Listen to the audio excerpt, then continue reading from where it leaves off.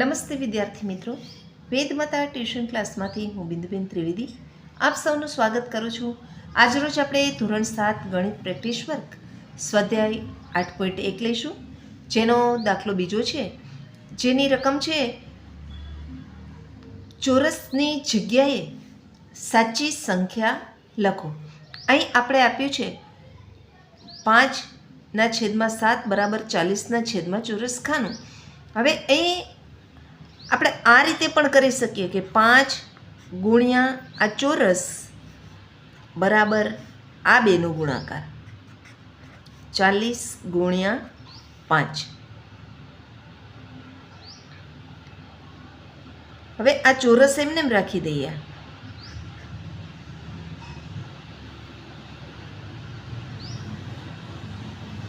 તો 40 ગુણ્યા 5 7, 40 ગુણ્યા આ બેનો ગુણાકાર એટલે 40 ગુણ્યા 7 છેદમાં 5. 5 અઠા 40, તો 8 સત્તા 56, એટલે ચોરસમાં આવશે 56. તમે આ દાખલો એ રીતે પણ કરી શકો. 5નો ઘડિયો બોલવાનો, 5 × 5, 5 × 10, 5 × 8 40 થાય ને. આને 8 હારે ગુણ્યા તો આને 8 હારે ગુણી નાખો, 7 × 8 56. આ રીતે પણ તમે દાખલો સીધો પણ કરી શકો છો. અને આ રીતે તમારે મેથડ કરવી હોય તો મેથડ કરીને પણ દાખલો કરી શકો. હવે ત્યારબાદ બીજો દાખલો છે. અહીં 2/3 બરાબર 10/, ચોરસ.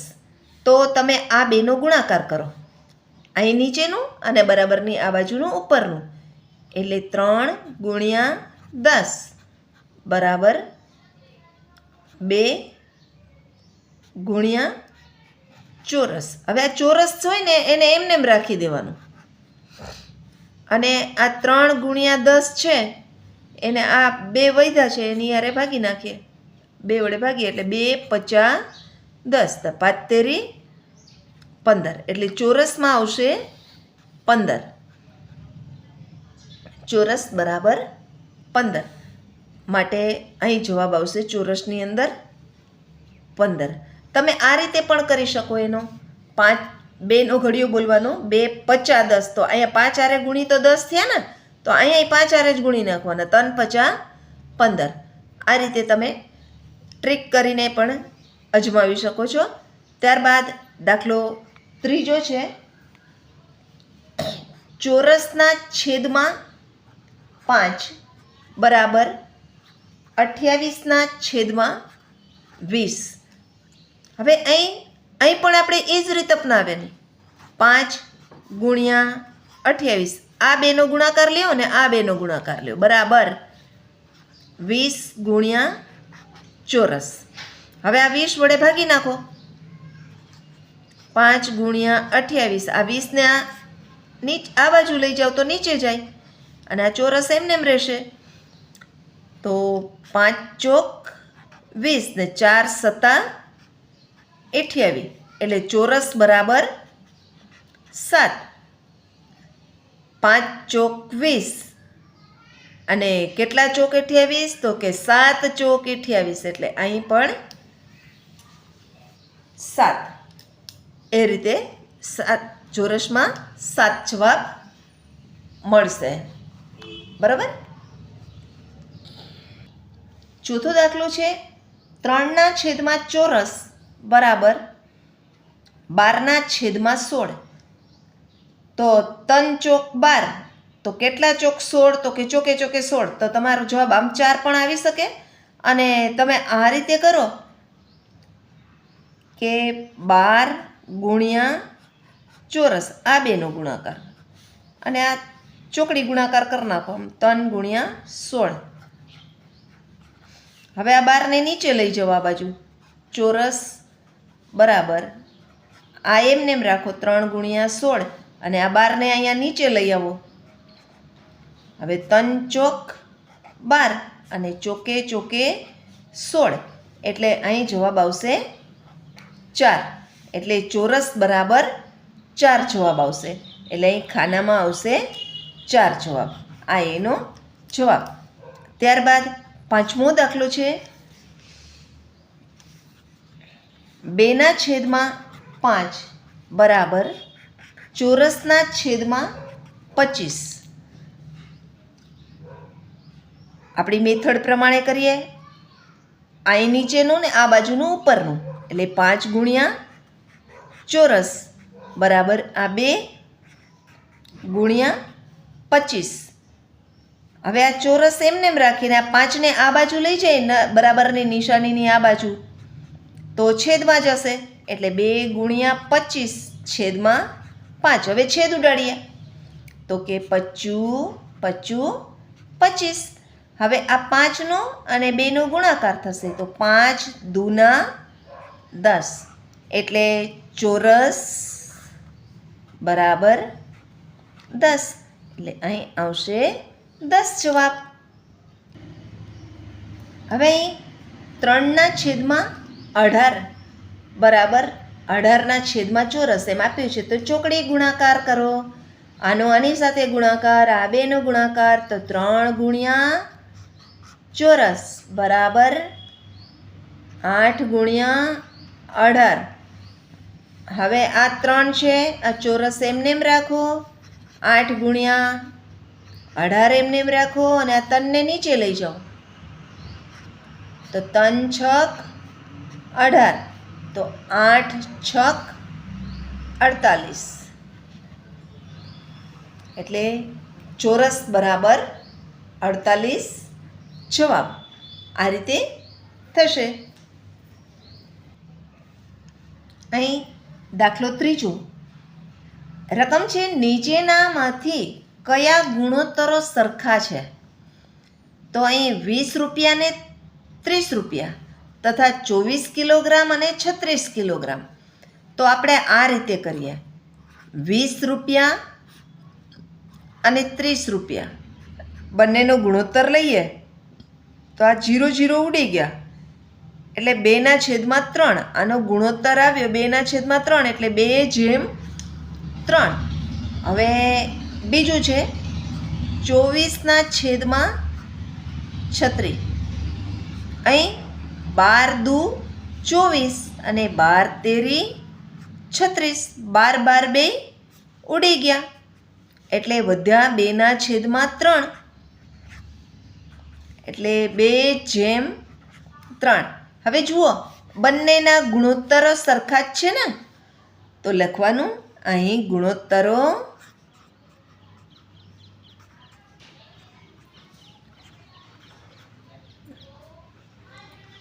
સરખા છે. બરાબર. હવે એનો જ બીજું લઈએ તો કે 24 કિલોમીટર અને 32 કિલોમીટર તથા 18 વર્ષ અને 24 વર્ષનો ગુણોત્તર સરખો છે કે કેમ? તો આપણે પહેલાં કિલોમીટરવાળાનું લઈ લઈએ. એટલે 24 કિલોમીટરના છેદમાં 32 કિલોમીટર બરાબર. હવે આને આપણે અતિ સંક્ષિપ્ત રૂપમાં ફેરવીએ તો 6 ચોક 24 અને 8 ચોક 32, એટલે 4 4 ઉડી ગયા. હજી બે એક જ ઘડિયામાં આવે છે, તો આ કે 3 દુ 6 અને 4 દુ 8, તો બગડા બગડા ઉડી ગયા. એટલે વધ્યું શું? અહીં 3 અને અહીં 4, એટલે 3/4. એવી જ રીતે બીજો છે 18 વર્ષ અને 24 વર્ષ.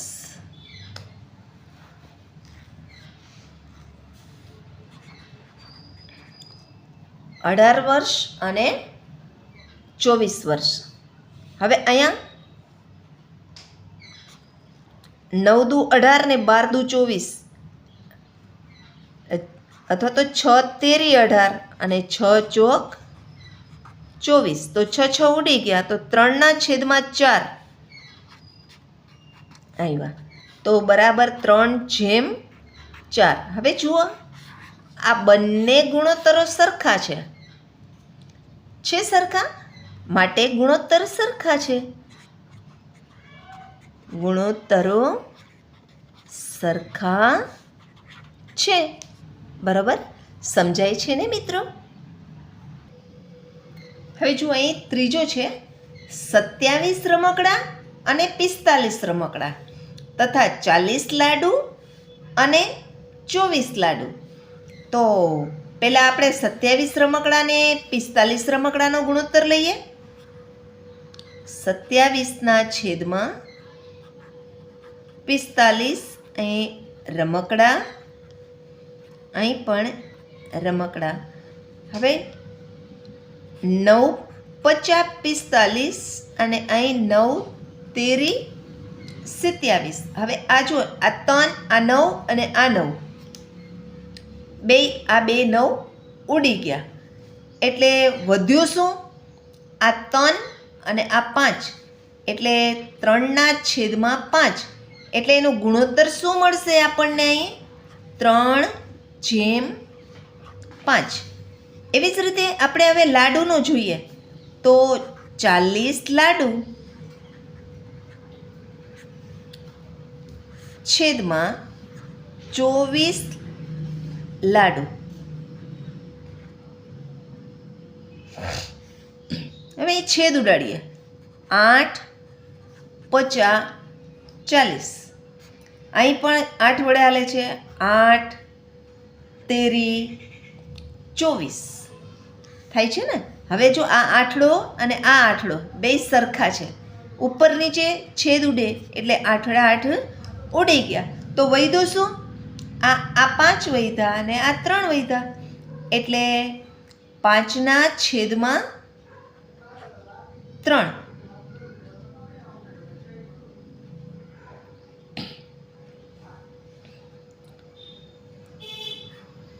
તો અહીં ગુણોત્તર થશે 5/3. હવે આ બંને ગુણોત્તર સરખા નથી. જો આ 3/5 છે, એટલે કે 3/5 છે ને અહીં 5/3 છે. તો અહીં આપણે ગુણોત્તરો સરખા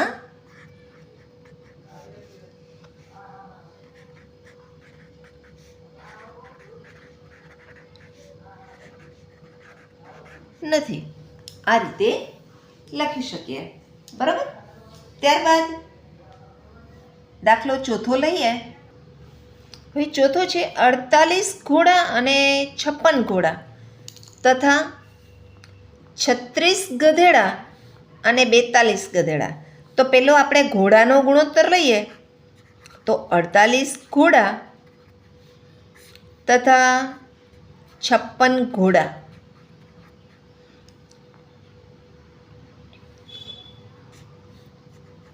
8 × 6 = 48. આને છૂટા પડીએ તો 8 × 7 = 56. 8 8 સરખા છે, તો 8 8ને આપણે કાઢી નાખીએ. તો વધ્યું શું? તો વધ્યા 6 ને અહીંયા નીચે 7, એટલે 6/7. એટલે ગુણોત્તર શું થશે એનું? 6/7 ગુણોત્તર થશે. ત્યારબાદ બીજો ગુણોત્તર લઈએ, તો 36 ગધેડા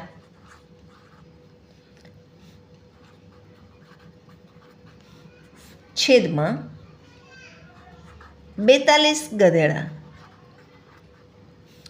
તો 6 36 અને 6 7 42. તો આ 6 ઉડી ગયા. તો જવાબ મળશે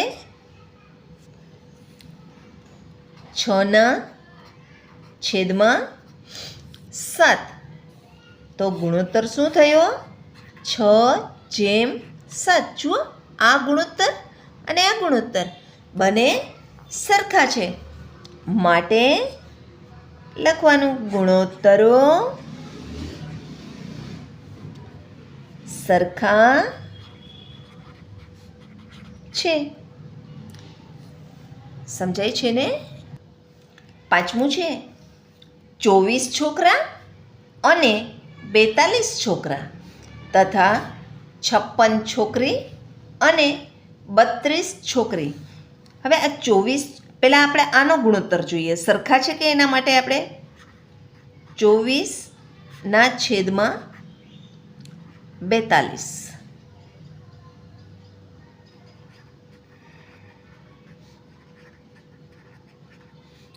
તો 6 ચોક 24 અને 6 સત્તા 42. તો આ 7 6 ઉડી ગયા, તો વધ્યું શું? 4/7. એટલે ગુણોત્તર થયો 4/7. બીજું લઈએ, 56/32 છોકરી. આનો ગુણોત્તર લઈએ, 7 8 56 અને 8 ચોક 32. તો 8 ઉડી જાય છે, તો વધ્યું શું? 7/4. એટલે ઊંધું ગુણોત્તર થયું. તો આ ગુણોત્તર સરખો ના કહેવાય. તો 7/4 આ ગુણોત્તર સરખો ન કહેવાય, માટે ગુણોત્તરો સરખા નથી.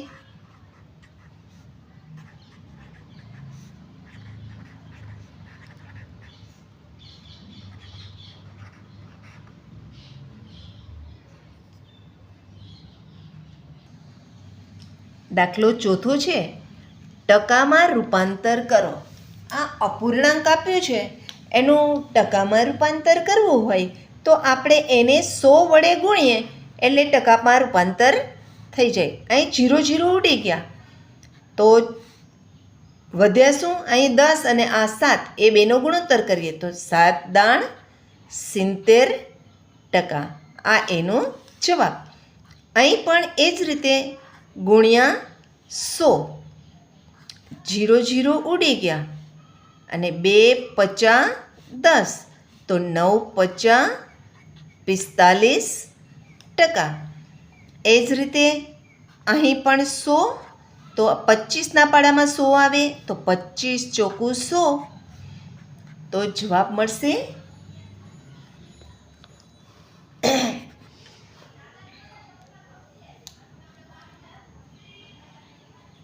ચોકે ચોકે 16%. એવી જ રીતે અહીં 100 કરીએ તો અહીં 50 છે, 0 ઉડી ગયા, 5 દુ 10 અને 17 દુના 34%. એ જ રીતે અહીં પણ ગુણ્યા 100 કરીએ તો 0 0 ઉડી ગયા, 2 દુના 4 અને 5 દુના 10, તો આ 2 નીકળી ગયા, તો 5 તેરી